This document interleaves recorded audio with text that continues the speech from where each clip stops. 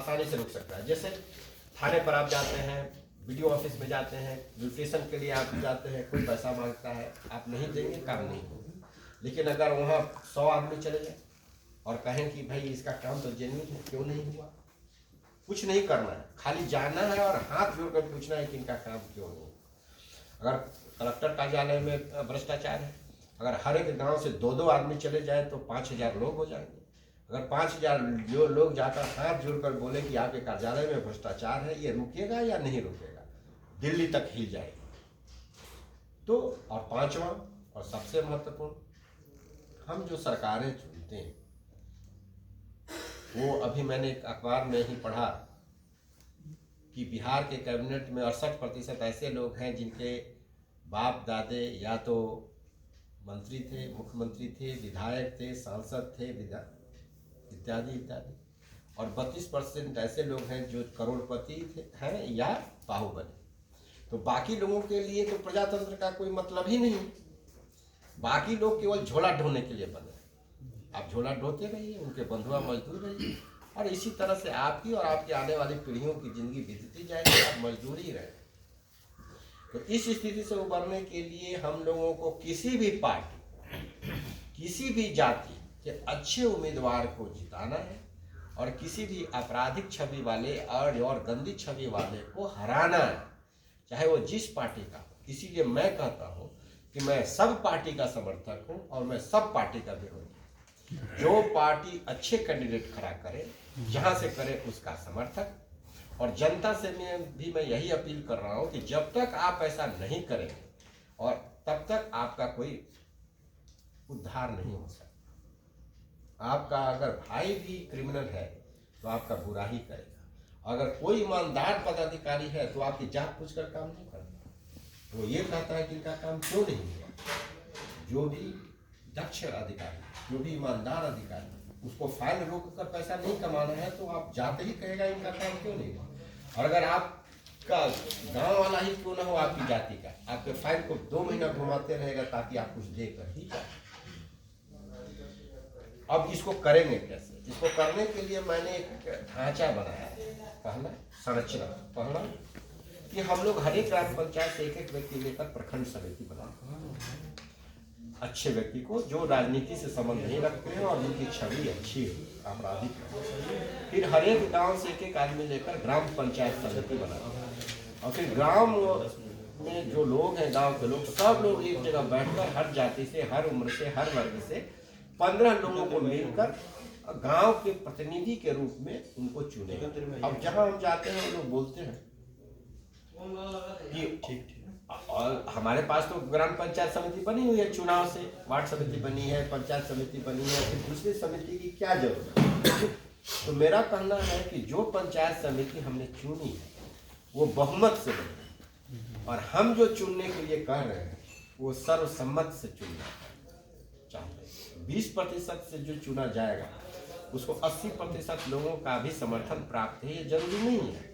लेकिन ये जो गांव के लोग बैठकर 15 लोगों को हर जाति से चुनेंगे जो अच्छे लोग हैं, तो ये सर्वसम्मति से गांव का प्रतिनिधित्व करेगा। और जिस दिन ये 3 समितियां बन जाएंगी, मैं दावे के साथ कहता हूं कि हर लोगों की निजी समस्याएं, गांव और सामाजिक समस्याएं दूर हो जाएगी और भ्रष्टाचार 1 साल से 2 साल के अंदर न्यूनतम स्तर पर होगा। और ये मैंने किया है।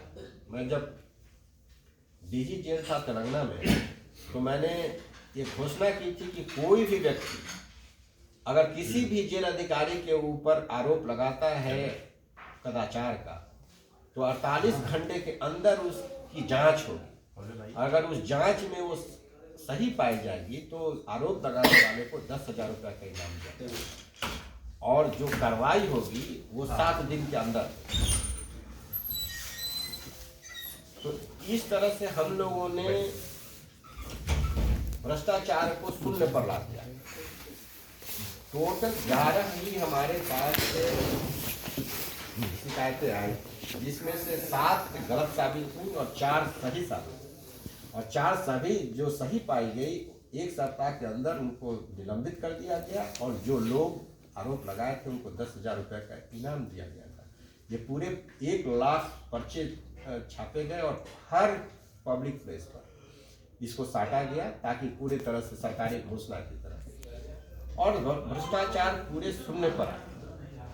मेरा पूरा विश्वास है कि बिहार में भ्रष्टाचार हम 1 से 2 साल के अंदर ला सकते हैं अगर जनता ये जो जिस आधार से मैं कह रहा हूँ उस आधार से चले, तो हम लोग बिहार की समस्या को काफ़ी दूर कर सकते हैं।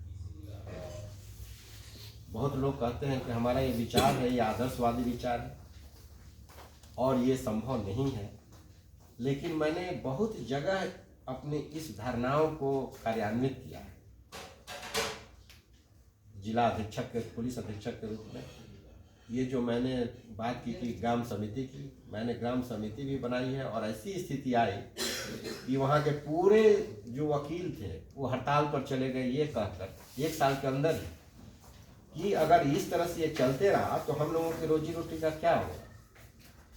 और उन्होंने हाई कोर्ट में डाला, गवर्नमेंट को दिया कि इस एसपी साहब को तुरंत ट्रांसफर कर दिया जाए, नहीं तो हम लोग कैसे ही मर जाएंगे।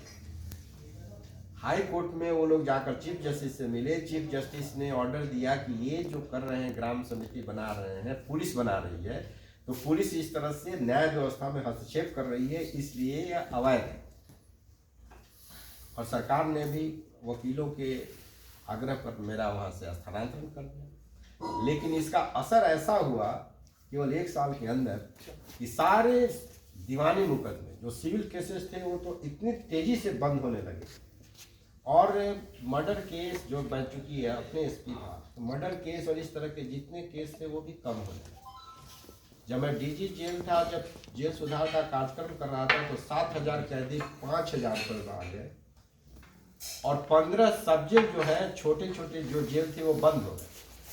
यहाँ हर जगह ओवर क्राउडिंग की समस्या है, तेलंगाना में अंडर क्राउडिंग की समस्या हो कि जेल खाली होने लगे तो उसको बंद करना पड़ा, वहाँ के जो लोग स्टाफ थे उनको दूसरी जगह ट्रांसफर करना पड़ा।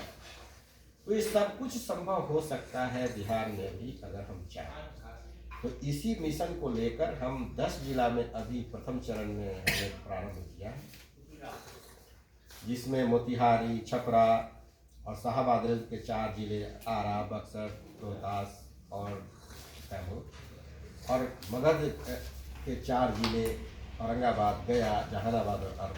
10 में हमने ये अपनी मिशन की शुरुआत की है और इसी पर हम लोग काम कर रहे हैं।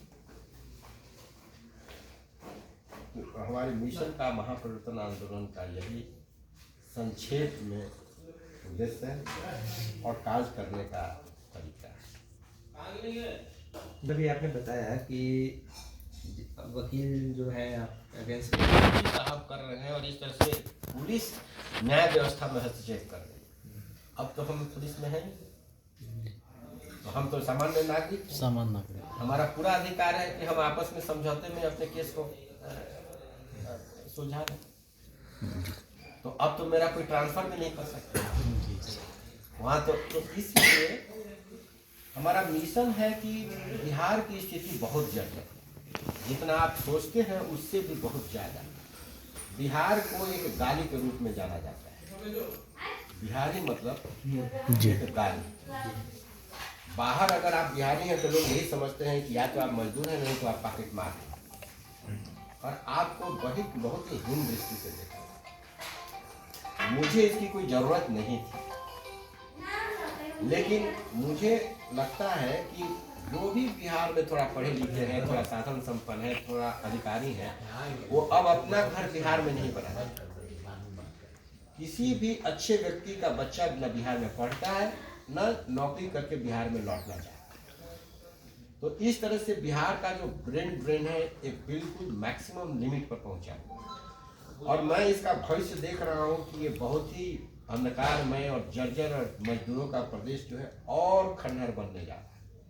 तो आखिर मुझे लगा कि जीवन की सार्थकता ये है कि मैं इसी मिट्टी से बना हूँ, और अगर मैं नहीं करता हूँ इसके लिए तो मैं एक एहसान फरामोश व्यक्ति हूँ। मैं एसटीएफ का गठन मैंने किया था यहाँ बिहार 2001 में। जब मैं आया था सब ने मना किया था कि आप यहाँ मत, क्योंकि यहाँ जंगल था।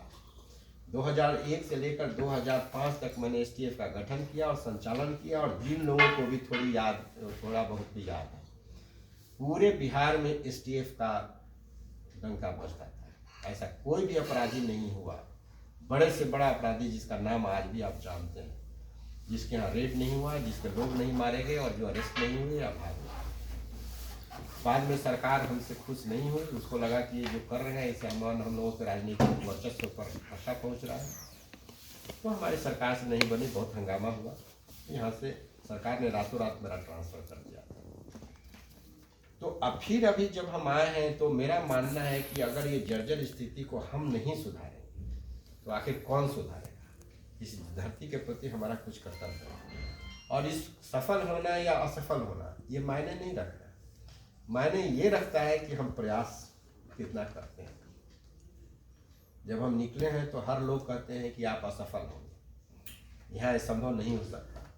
बिहार में भ्रष्टाचार नहीं है, बहुत बहुत उससे भी बढ़कर है। एक इससे पहले भी आप एक एंटरप्रेन्योर की बात कर रहे थे बेरोजगारों के लिए, आपके संस्था के द्वारा कैसे इसको कन्वर्ट किया जा सकता है? हमारी कोई संस्था नहीं है, जो अभी प्रोग्राम चलाया जा रहा है, इस ये प्रोग्राम जन आंदोलन है। और जो रोजगार है वो एक दिन में नहीं हो सकता। पहले तो हम लोगों को यहाँ की स्कूल ठीक करनी पड़ेगी, इसलिए कि यहाँ जनरेशन का जनरेशन ऐसी शिक्षा व्यवस्था की है कि अगले 20 साल तक बिहार में कोई सुधार नहीं सकता। कहीं से तो आप शुरुआत करेंगे, आपको तो रोजगार नहीं मिलने वाला है 10 साल। जब तक आप अपनी शिक्षा व्यवस्था नहीं सुधारेंगे, आप भ्रष्टाचार को नहीं रोकेंगे, आप अच्छी सरकार नहीं लाएंगे, तब तक तो आपका कुछ नहीं हो सकता। अब सरकार जो है, मैं ऐसे विचार हूं, सरकार आरक्षण के आधार पर काफी बिहार के लोग आपस में लड़े हैं, सरकारें बनी हैं और बिगड़ी। मैं कहीं भी गांव में जाता हूं, उनसे पूछता हूं कि आपके गांव में कितने लोगों को आरक्षण के आधार पर नौकरी मिली पिछले 75 साल में। कोई बोलता है 2, कोई बोलता है 3, कोई बोलता है 5। जनसंख्या कितनी? 3000। 75 साल में अगर 10 साल पर एक जनरेशन चेंज हो जाता है, इसका मतलब कि 30,000 जनसंख्या पर 5 लोगों को मिली नौकरी। तो क्या ये 5 नौकरी से, उस आरक्षण से नौकरी का प्रॉब्लम खत्म हो जाता है? रोजगार का प्रॉब्लम खत्म हो जाता है? नहीं होता है। तो सब लोग मिलकर क्यों नहीं मांगते हैं रोजगार? हैदराबाद में 3000 वैकेंसी निकली पुलिस कांस्टेबल, जिसमें पूरे प्रोसेस के बाद केवल 1500 ही लोग उसमें आए, भर्ती हुए। 1500 सीट खाली हो गई। इंटरमीडिएट उसका मिनिमम क्वालिफिकेशन था। बाद में बहुत सोच समझ के बाद दूसरा निकाला गया, दूसरा भी फेल कर गया, 3000 नहीं भरा, तो लोगों ने वो इंटरमीडिएट क्वालिफिकेशन को घटाकर 10वीं पास केवल हैदराबाद के लिए किया, बाकी जगह भर गया, इन हैदराबाद में नहीं भरा। क्यों नहीं भरा? क्योंकि वहां लोगों को नौकरियां मिल रही थी सॉफ्टवेयर में। तो लोगों ने कहा कि हम सॉफ्टवेयर में काम करेंगे कि लाठी लेकर रोड पर हम खड़ा रहेंगे। कहने का मतलब, अगर आप रोजगार क्रिएट करते हैं तो आरक्षण की जरूरत नहीं। तो आपके प्रोग्राम के तहत इसको रोजगार, युवाओं को रोजगार कैसे क्रिएट करना चाहिए? रोजगार क्रिएट करने के लिए सबसे है कि आप खेती में आधुनिकीकरण करिए, आप सॉफ्टवेयर पार्क बनाइए। हाजीपुर की तरफ है, जैसे हाईटेक सिटी हैदराबाद में बनाया, जैसे उड़ीसा ने बहुत बड़ा सॉफ्टवेयर पार्क खड़ा किया, आप यहाँ कर सकते हैं। सॉफ्टवेयर पार्क बना सकते हैं, एग्रो बेस्ड इंडस्ट्रीज खोल सकते हैं, सरकार खोल सकती है, लोन दे सकती है। यहाँ जमीन मिलना बहुत मुश्किल है, सरकार एक्वायर करके जमीन लोगों को दे सकती है। टैक्स हॉलीडे अपने हिसाब से दे सकती है कि हम अपना नहीं करेंगे। यहाँ तो जमीन जो खरीदते हैं उसका जो ट्रांजेक्शन कॉस्ट इतना ज़्यादा है कि कोई जमीन खरीद और बेच सकता ही नहीं। तो इसका मतलब ट्रांजेक्शन कम हो रहा है। तो अगर आपको उद्योग खोलना है तो आप तो बिक जाएंगे पहले ही जमीन में ही, आप उद्योग क्या खड़ा करें। तो बहुत सारी चीज़ों को यहाँ बदलना है सरकारी स्तर पर। वो तभी हो सकता है जब एक अच्छी सरकार जो यहाँ की जनता के लिए काम करने वाली हो, चुनाव लड़ने वाली जब सरकार आएगी तो वो नहीं करेगी। और 75 सालों से हमें चुनाव लड़ने वाली सरकार मिली जो केवल घोषणा देकर और नारा देकर जीतती। तो वो इसलिए जीतती है कि जब आप जाति के आधार पर वोट देते ही हैं तो काम करने की क्या जरूरत है। जिस दिन आप जाति, पार्टी और दल, राजनीतिक दल, मतलब इस पार्टी के हम हैं और इसके बंधुआ मजदूर हैं, उसी को देंगे। अगर पार्टी और जाति से अलग हटकर किसी भी पार्टी के अच्छे उम्मीदवार को आप वोट देते हैं तो अच्छी सरकार 3 साल के अंदर बनेगी। और जो हम बता रहे हैं ना रोजगार, वो 3 साल और 2 साल और रख लीजिए, 5 साल के अंदर यहाँ इतना रोजगार होगा कि कम से कम बाहर लोग मजदूरी करने नहीं जाएंगे। बिहार जो मजदूरों का कारखाना बना हुआ है वो इसलिए है कि यहाँ करने के लिए कुछ नहीं है। हम लोग तो इतने दिनहीन हैं कि मजदूरी अपने खेतों में नहीं करते, दूसरे के कल कारखानों में, दूसरे के खेतों में, दूसरे की दुकानों में बाहर जाकर लात खाते हैं, गाली खाते हैं, मजदूरी करते हैं, फिर भी हमारी आंखें नहीं खुल रही। तो हमारा तो आंख खोलने का प्रयास है। और ये कोई राजनीतिक पार्टी नहीं है, ना कोई संस्था है, ना कोई दल है, और ना कोई इसके साथ बड़ा संगठन है। हम तो जन आंदोलन विवेकानंद जैसा और जयप्रकाश नारायण जैसा खड़ा करना चाहते हैं। अगर खड़ा होता है तो बहुत, नहीं होता है फिर भी अच्छा है, क्योंकि मैंने अपना प्रयास किया, मुझे आत्मसंतुष्टि मिली। बाकी यहाँ की जनता जाने। तो यही मिशन है। संघर्ष थोड़ा और ज़्यादा है, दूसरे जगह जितना रिस्पांस मिल रहा है औरंगाबाद में उसका औरंगाबाद में इसके लिए क्या कर के लिए, मतलब आप इस आंदोलन को आगे बढ़ाने के लिए कर रहे हैं? अब इसीलिए आप लोगों को बुलाए हैं ना कि आप लोग इसको आगे बढ़ाने में हमारी मदद करेंगे। आपको हम कोई प्रेस कॉन्फ्रेंस के लिए नहीं बुलाए, आप लोगों को हम बुलाए हैं कि आखिर औरंगाबाद में इस मिशन को, इस जन आंदोलन कैसे बना सकते।